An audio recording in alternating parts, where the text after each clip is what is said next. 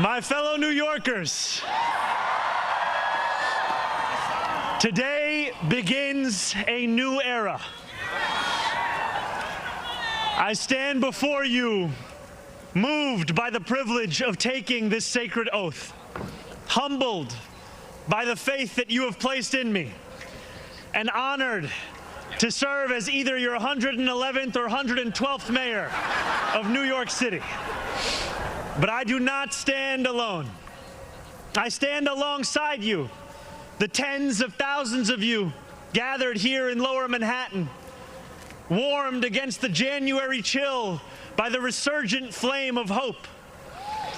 I stand alongside countless more New Yorkers watching from cramped kitchens in Flushing and barbershops in East New York, from cell phones propped against the dashboards of parked taxicabs at LaGuardia, from hospitals in Mott Haven and libraries in El Barrio that have too long known only neglect. I stand alongside construction workers in steel-toed boots and halal cart vendors whose knees ache from working all day. I stand alongside neighbors who carry a plate of food to the elderly couple down the hall, those in a rush who still lift strangers' strollers up subway stairs, and every person who makes the choice day after day, even when it feels impossible, to call our city home. I stand alongside over 1 million New Yorkers who voted for this day nearly 2 months ago. And I stand just as resolutely alongside those who did not. I know there are some who view this administration with distrust or disdain, or who see politics as permanently broken. And while only action can change minds, I promise you this: if you are a New Yorker, I am your mayor. Regardless of whether we agree, I will protect you, celebrate with you, mourn alongside you, and never, not for a second, hide from you. I thank the labor and movement leaders here today, the activists and the elected officials who will return to fighting for New Yorkers the second this ceremony concludes, and the performers who have gifted us with their talent. Thank you to Governor Hochul. Thank you as well to Mayor Adams. Dorothy's son, a son of Brownsville who rose from washing dishes to the highest position in our city, for being here as well.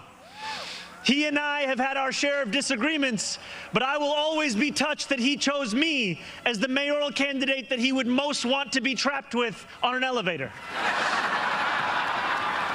Thank you to the two titans who, as an assembly member, I've had the privilege of being represented by in Congress, Nidia Velázquez and our incredible opening speaker, Alexandria Ocasio-Cortez. You have paved the way for this moment. Thank you to the man whose leadership I seek most to emulate, who I am so grateful to be sworn in by today, Senator Bernie Sanders.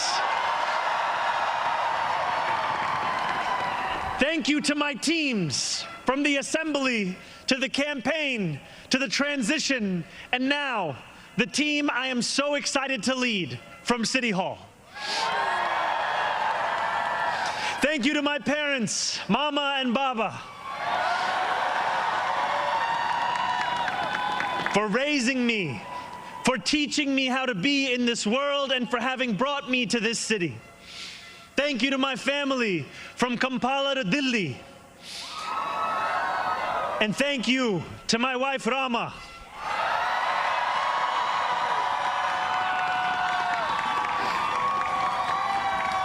For being my best friend and for always showing me the beauty in everyday things. And most of all, thank you to the people of New York. A moment like this comes rarely. Seldom do we hold such an opportunity to transform and reinvent. Rarer still is it the people themselves whose hands are the ones upon the levers of change. And yet we know that too often in our past, moments of great possibility have been promptly surrendered to small imagination and smaller ambition.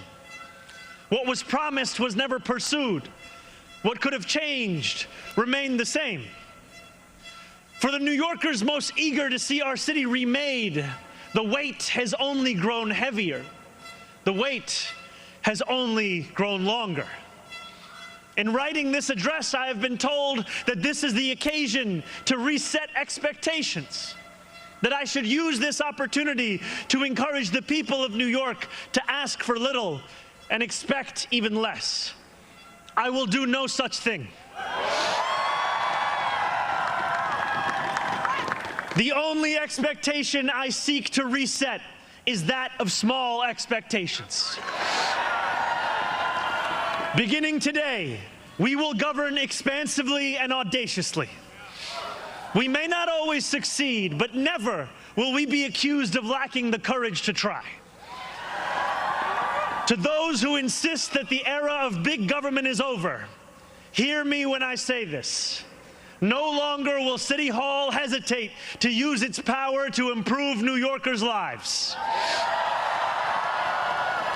For too long, we have turned to the private sector for greatness while accepting mediocrity from those who serve the public. I cannot blame anyone who has come to question the role of government, whose faith in democracy has been eroded by decades of apathy. We will restore that trust by walking a different path. One where government is no longer solely the final recourse for those struggling. One where excellence is no longer the exception. We expect greatness from the cooks wielding 1,000 spices, from those who stride out onto our Broadway stages, and from our starting point guard at Madison Square Garden. Let us demand the same from those who work in government. In a city where the mere names of our streets are associated with the innovation of the industries that call them home, we will make the word City Hall synonymous with both resolve and results. As we embark upon this work, let us advance a new question, a new answer to the question asked of every generation. Who does New York belong to? For much of our history, the response from City Hall has been simple. It belongs only to the wealthy and well-connected, those who never strain to capture the attention of those in power. Working people have reckoned with the consequences. Crowded classrooms and public housing developments where the elevators sit out of orders. Roads littered with potholes and buses that arrive half an hour late, if at all. Wages that do not rise and corporations that rip off consumers and employees alike. And still, there have been brief, fleeting moments where the equation changed. 12 years ago, Bill de Blasio stood where I stand now as he promised to put an end to economic and social inequalities that divided our city into two. In 1990, David Dinkins swore the same oath I swore today, vowing to celebrate the gorgeous mosaic that is New York, where every one of us is deserving of a decent life. And nearly 6 decades before him, Fiorella LaGuardia took office with the goal of building a city that was far greater and more beautiful for the hungry and the poor. Some of these mayors achieved more success than others, but they were unified by a shared belief that New York could belong to more than just a privileged few.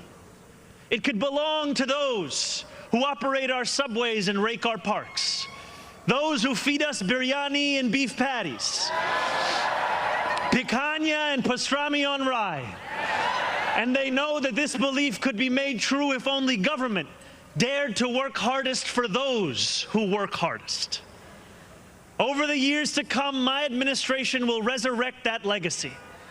City Hall will deliver an agenda of safety, affordability, and abundance, where government looks and lives like the people it represents, never flinches in the fight against corporate greed, and refuses to cower before challenges that others have deemed too complicated. In so doing, we will provide our own answer to that age-old question. Who does New York belong to? Well, my friends, we can look to Madiba and the South African Freedom Charter. New York belongs to all who live in it. Together, we will tell a new story of our city. This will not be a tale of one city governed only by the 1%, nor will it be a tale of two cities, the rich versus the poor. It will be a tale of 8.5 million cities, each of them a New Yorker with hopes and fears, each a universe, each of them woven together. The authors of this story will speak Pashto and Mandarin, Yiddish and Creole. They will pray in mosques, at shul, at church, at gurudwaras and mandirs and temples. And many will not pray at all. They will be Russian Jewish immigrants in Brighton Beach, Italians in Rossville, and Irish families in Woodhaven, many of whom came here with nothing but a dream of a better life, a dream which has withered away. They will be young people in cramped Marble Hill apartments where the walls shake when the subway passes. They will be black homeowners in St. Albans, whose homes represent a physical testament to triumph over decades of lesser-paid labor and redlining. They will be Palestinian New Yorkers in Bay Ridge,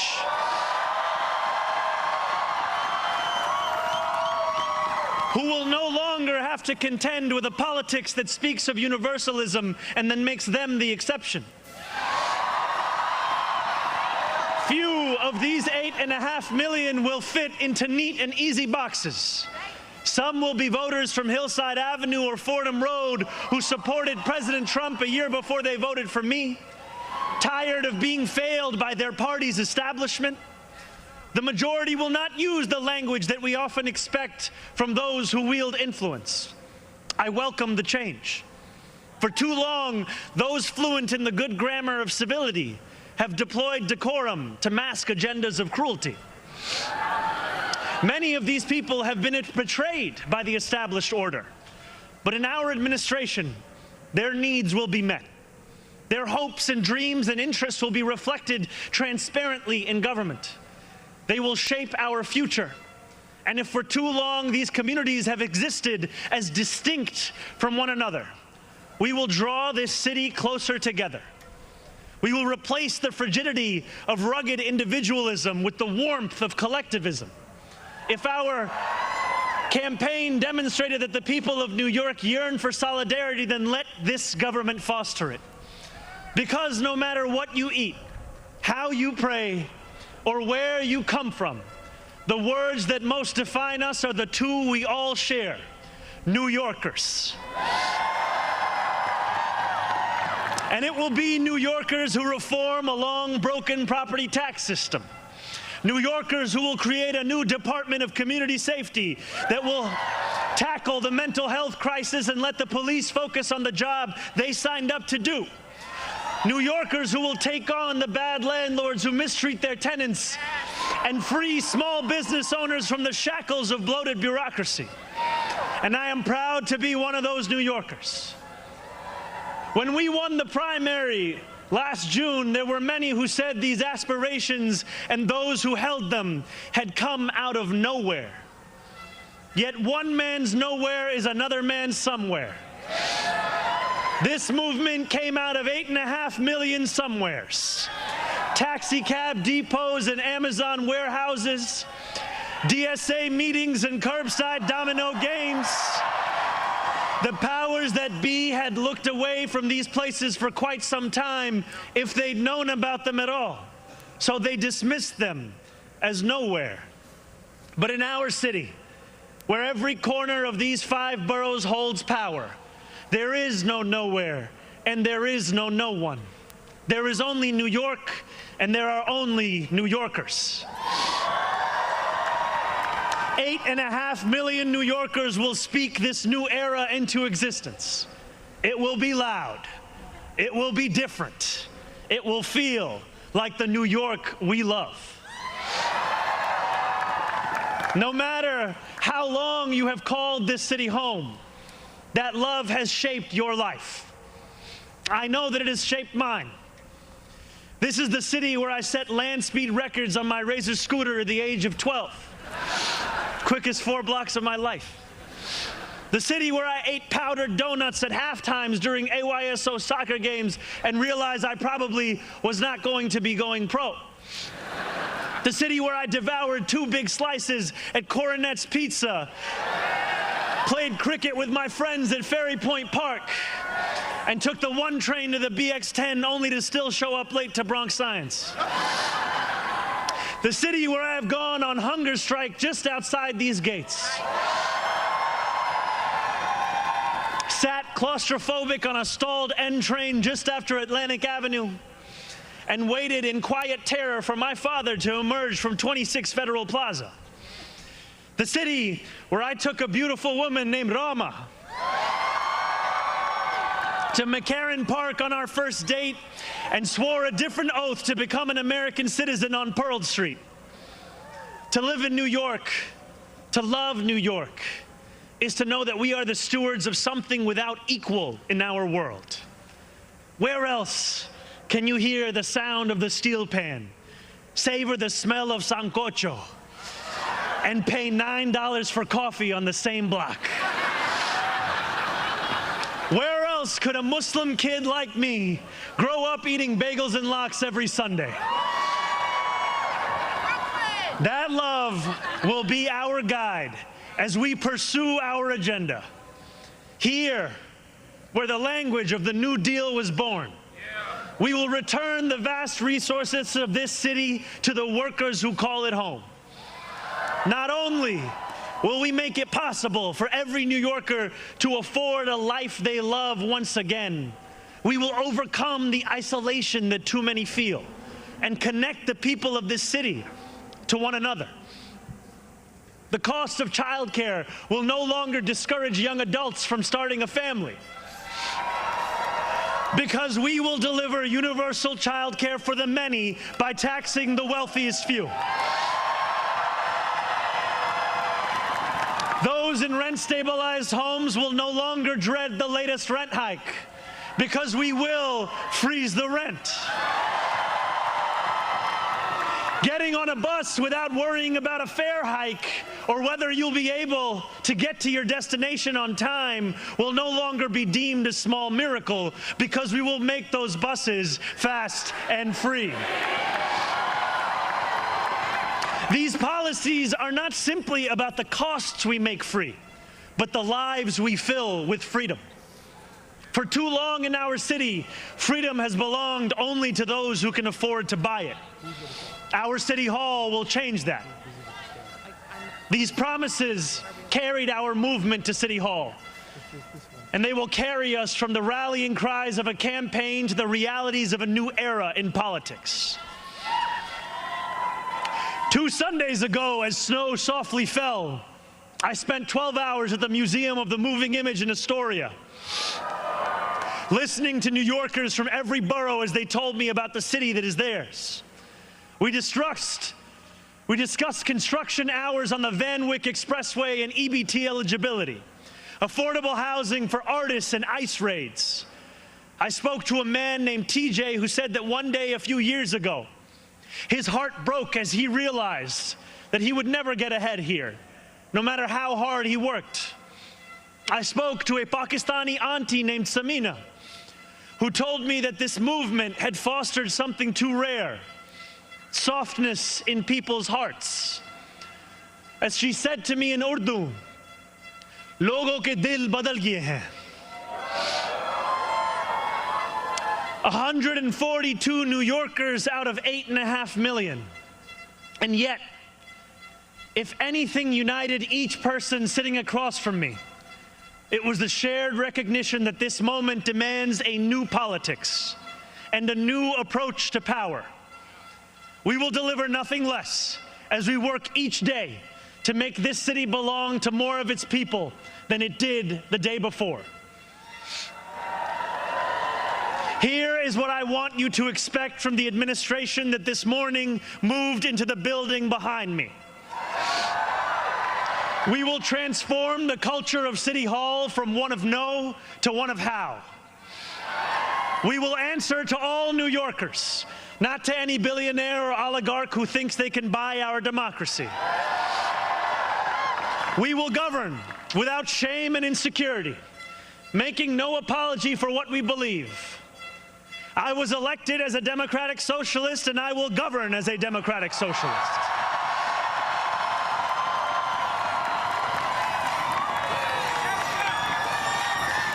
I will not abandon my principles for fear of being deemed radical. As the great senator from Vermont once said, "What's radical is a system which gives so much to so few and denies so many people the basic necessities of life." We will strive each day to ensure that no New Yorker is priced out of any one of those basic necessities. And throughout it all, we will, in the words of Jason Terrence Phillips, better known as Jadakiss or Jay to the moi, be outside. Because this is a government of New York, by New York, and for New York.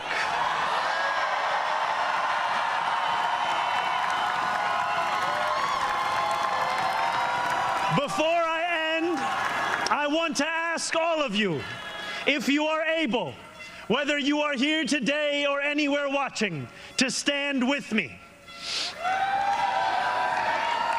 I ask you to stand with us now and every day that follows. City Hall will not be able to deliver on our own. And while we will encourage New Yorkers to demand more from those with the great privilege of serving them, we will encourage you to demand more of yourselves as well. The movement we began over a year ago did not end with our election. It will not end this afternoon. It lives on with every battle we will fight together. Every blizzard and flood we withstand together. Every moment of fiscal challenge we overcome with ambition, not austerity, together.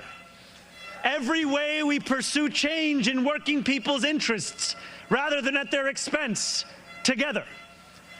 No longer will we treat victory as an invitation to turn off the news.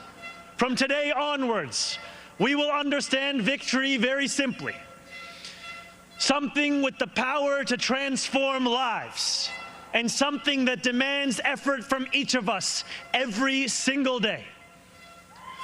What we achieve together will reach across the 5 boroughs, and it will resonate far beyond.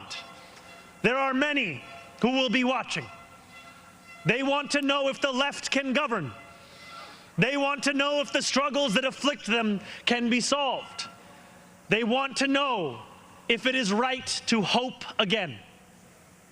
So standing together with the wind of purpose at our backs, we will do something that New Yorkers do better than anyone else. We will set an example for the world.